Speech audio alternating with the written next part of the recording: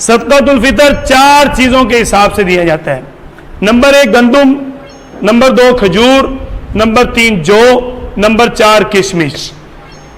گندم 2.25 کلو کا جو ریٹ بنتا ہوگا وہ ہم نے صدقۃ الفطر ادا کرنا ہے، جو آج کے حساب سے تقریباً 110 روپے 120 روپے بن رہے ہیں. 2.25 کلو گندم کا ریٹ 120 روپے اندازاً بن رہا ہے. اگر کوئی ایک فرد اپنا صدقۃ الفطر ادا کرنا چاہے تو اس کو 2.25 کلو گندم کا ریٹ لگا کر پیسے ادا کرنے ہوں گے.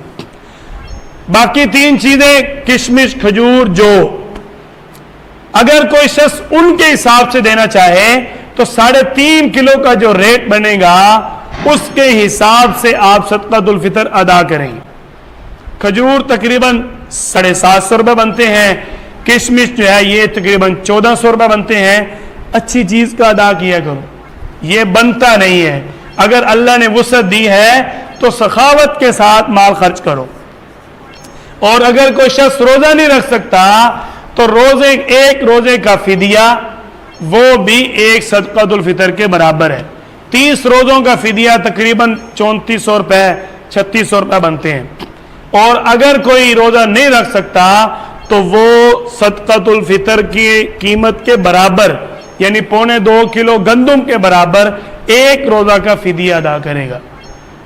اول تو روزہ رکھنا چاہیے.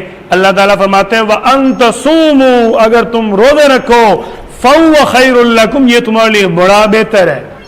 تو روزے رکھنے کا اہتمام پہلے ہونا چاہیے.